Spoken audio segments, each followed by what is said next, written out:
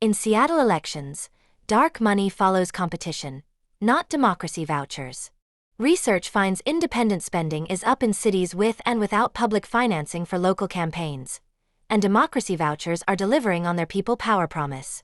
Critics of Seattle's democracy vouchers often point to one trend as evidence of the program's fallibility: a rise in local, independent expenditures.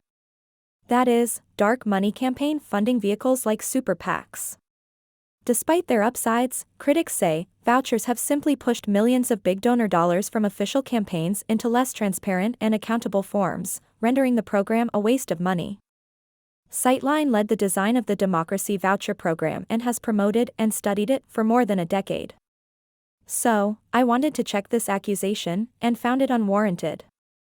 Independent expenditures are up in many cities across the United States, democracy vouchers or not. And preliminary academic analysis, controlling for other factors, confirms the program has had no effect on this kind of outside spending. Instead, Seattle's experience shows that this innovative public financing model is delivering on its promise of more people-powered elections, even if U.S. laws hamstring the city's options for addressing every dark money dollar. Critique: vouchers push special interest spending out of public view.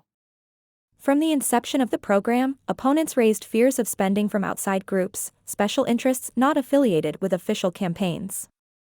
The 2015 opposition statement against I-122, the ballot initiative that created the program, for example, suggested that it, quote, pushes more money into less accountable independent expenditures, which I-122 does nothing to limit or reform, end quote. Recent news articles continue to reference the explosion of independent expenditures as the flip side of an otherwise markedly successful endeavor. It's true that the city, and its voucher program, cannot limit this type of spending, although it can and has taken some steps to curtail or highlight certain offenders, such as banning foreign-influenced corporations from political spending and strengthening transparency and disclosure laws. Independent expenditures are dollars from interest groups that are explicitly prohibited from coordinating with candidate campaigns, hence the independent moniker. These entities can be political action committees, PACs, super PACs, or other dark money groups, which all have unlimited spending but different allowances on the funding they can accept. The U.S. Supreme Court prohibited limitations on such spending as far back as Buckley v. Valeo in 1976. It then kicked the door wide open for corporate spending in Citizens United v. FEC in 2010, giving wealthy individuals and groups carte blanche to sway elections. And research shows that these funds do influence at least some policies. It's also true that independent expenditures have risen in Seattle in recent years. But that doesn't mean they've grown because of the voucher program. Data: independent spending has risen throughout the U.S. To test the allegation that the voucher program pushed political dollars out of official campaigns and into the dark money arena, Sightline turned to the leading independent U.S. scholar of the program, Professor Jennifer Herwig of SUNY Stony Brook.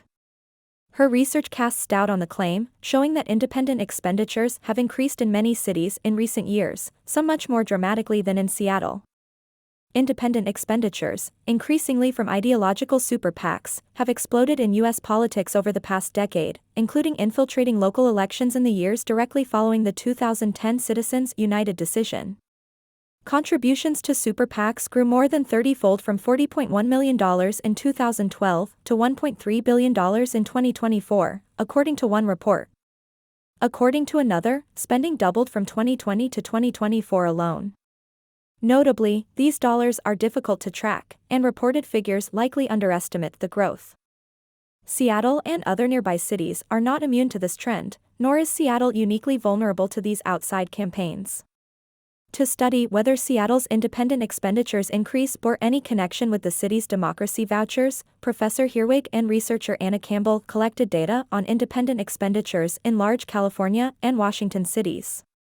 They found fluctuation in independent spending in each city's mayoral races, but compared to Seattle, the cities of Oakland, San Diego, and Spokane showed similar or even starker increases in these independent expenditures in recent years. These trends suggest that democracy vouchers did not themselves uniquely generate a new era of outside spending in Seattle elections. Instead, this trend prevails across the U.S. and in other comparable cities in the western U.S.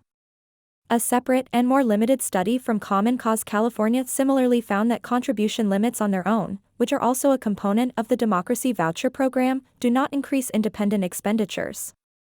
Herwig followed up with a preliminary regression analysis, which supports this reading as well. She told Sightline, conditional on being the kind of city that has independent expenditures in local races and controlling for the effect of competition, the Democracy Voucher Program does not seem to increase the level of independent expenditures. In other words, if you account for the other relevant factors, like competition, that affect outside spending, democracy vouchers did not cause any significant change. Nuance: the indirect effect of competition. Accounting for the level of competition is particularly important to this analysis. Interest groups tend to spend more when elections are seen as more competitive, like in New York City's many-candidate 2025 mayoral race or for consequential offices such as April 2025's judicial race in Wisconsin.